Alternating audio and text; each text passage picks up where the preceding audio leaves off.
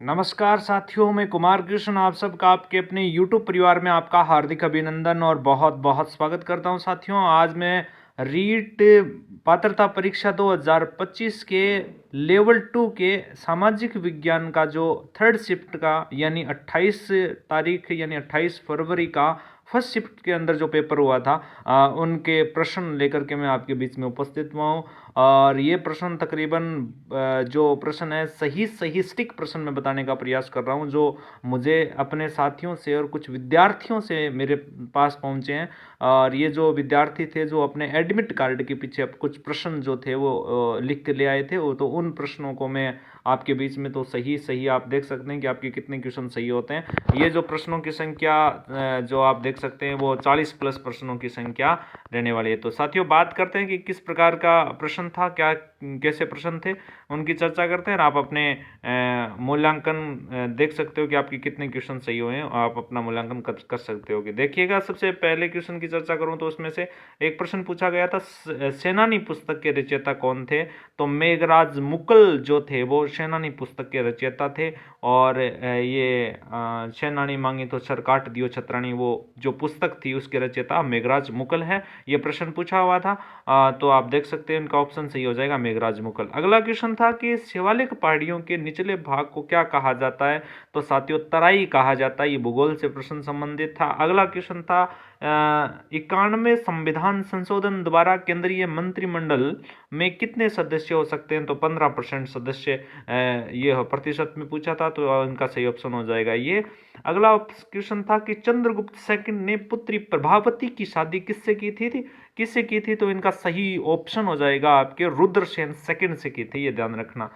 अलेखो Hitler पुस्तक के रचयिता कौन है? तो इनका सही ऑप्शन हो जाएगा आपका विजयदान देथा। और अगला क्वेश्चन है कि आर्टिकल 137 द्वारा सर्वोच्च न्यायालय के निर्णय की समीक्षा कौन करता है? तो इनका सही ऑप्शन हो जाएगा सर्वोच्च न्यायालय करता है। वो तो आप जानते हो कि न्यायिक जो अगर मान लो सुप्रीम कोर्ट के अंदर ही कोई ऐसा फैसला हो जाए जिसका निर्णय लास्ट में फिर सुप्रीम कोर्ट ही करता है ना, ये ध्यान रखना। अगला क्वेश्चन था कि स्वतंत्रता के बाद संविधान सभा में कितने सदस्य थे? तो ध्यान रखना 299 सदस्य थे संविधान सभा के अंदर। स्वतंत्रता के बाद की बात है, तो ये क्वेश्चन सही हो जाएगा आपका 299 वाला ऑप्शन वाला। निम्न में से किस क्षेत्र में शुष्क कृषि की जाती है? तो 75 सेंटीमीटर से कम वर्षा वाले क्षेत्रों में इनका ऑप्शन सही हो जाएगा। किस विषय पर राज्य विधान मंडल कानून नहीं बना सकता? तो ध्यान रखना इनका ऑप्शन आपका मुद्रा वाला जो ऑप्शन था वो सही हो जाएगा। अगला क्वेश्चन था कि राजस्थान में अरावली का विस्तार है, तो दक्षिण पश्चिम से उत्तर पूर्व के ऑप्शन वाला जो क्वेश्चन था वो सही हो जाएगा। किस जिले में सीमेंट उत्पादन हेतु उपयुक्त अवस्थाएं हैं, है ना? तो ये चित्तौड़गढ़ में है। जो 27 तारीख की जो सेकंड शिफ्ट थी उसमें एसएसटी का पेपर आया था, उसमें पूछा था कि सीमेंट कारखाना राजस्थान के अंदर सबसे पहले कहाँ खोले गया? तो वो ऑप्शन आपका था उसमें हो गया लाखेरी बूंदी। और यहाँ पर फिर सीमेंट से पूछ लिया गया तो यहाँ चित्तौड़गढ़ हो जाएगा भाई, ध्यान रखना। अगला क्वेश्चन था स्वर्ण प्रतिक्रमण सूत्र चूर्णी ग्रंथ का संबंध कौन सी शैली से है? ये जो स्वर्ण प्रतिक्रमण सूत्र चूर्णी ग्रंथ है ये चित्रकारी चित्रित ग्रंथ है। और इस ग्रंथ की रचना मेवाड़ के महारावल तेज सिंह के समय इनकी रचना हुई थी। और इसके जो प्रश्न था इनका ऑप्शन मेवाड़ शैली से जुड़ जाएगा। तो खूब सारी हिस्ट्री अपन मैं क्लास में पढ़ाता हूँ तो अक्सर ये प्रश्न बताता ही रहता हूँ, तो बड़ा शानदार सा क्वेश्चन था, कोई हार्ड क्वेश्चन नहीं था। अगला क्वेश्चन था बुद्ध ने किस स्थान पर प्रथम उपदेश दिया? तो सारनाथ इसका सही ऑप्शन हो। कितने आसान क्वेश्चन आए। अगला क्वेश्चन है कि शिकार नृत्य जनजाति से संबंधित है। शिकार नृत्य, तो ये तो सहरिया, ये तो अमूमन अपन पढ़ते ही अभी, जनजातियों से प्रश्न आया है कि। अगला क्वेश्चन है सबसे खतरनाक भूकंप तरंग कौन सी होती है? एल। और पहले वाला जो पेपर था ना यानी एसएसटी का 27 तारीख की जो सेकंड शिफ्ट थी उसके अंदर जो प्रश्न था उसमें भूकंप का केंद्र पूछा था। देखो प्रश्न एक जगह से उठाए जा रहे हैं। अगला क्वेश्चन है 1857 की क्रांति में, 1857 की क्रांति के सेकंड जो शिफ्ट थी 27 तारीख वाली, उसमें भी 2 क्वेश्चन आए थे। और वो दोनों क्वेश्चन जो थे एक तो पूछा था नाना साहब 1857 की क्रांति में नाना साहब को शरण किसने दी थी।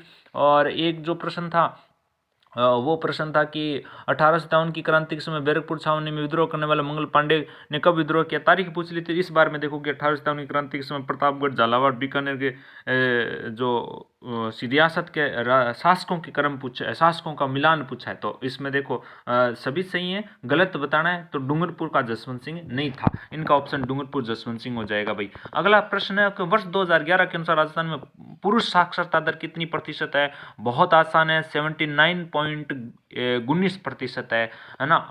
राउरकेला इस्पात कारखाना किसकी सहायता से स्थापित किया गया, तो जर्मनी, उड़ीसा। और अगला क्वेश्चन है भोजी लंबरदार का संबंध प्रजामंडल कौन से प्रजामंडल से, भरतपुर। ये प्रश्न इतना इंपॉर्टेंट हो चुका है कि पहली बार तो इनको सबसे पहले फर्स्ट ग्रेड के अंदर पूछा गया था 2021 के अंदर, बाद में 2023 के अंदर सीईटी के अंदर भी बड़ा शानदार तरीके से ये प्रश्न आया था, और अब की बार फिर ये प्रश्न आ गया। भोजी लंबरदार किसान आंदोलन के संबंध में पूछा था, यहाँ प्रजामंडल से लेकर के पूछ लिया गया, तो भरतपुर हो जाएगा इसका सही ऑप्शन। राजस्थानी भाषा से संबंधित कौन सी बोली है, आड़ोती ऑप्शन वाला सही हो जाएगा। राजस्थानी शब्द का सर्वप्रथम प्रयोग किसने किया, तो जॉर्ज अब्राहम ग्रियर्सन। देखो राजस्थानी भाषा जो है ना, ग्रंथ लिखने का काम था या राजस्थानी बोलियों पे जो काम करने का जॉर्ज अब्राहम ग्रियर्सन का योगदान है भाई, ऑप्शन सही हो जाएगा। पृथ्वी का घनत्व कितना है, 5.51 ग्राम घन सेंटीमीटर प्रति घन सेंटीमीटर, ये याद रखना। देशांतर रेखाओं के बीच की दूरी कितनी होती है, 111.32 किलोमीटर होती है।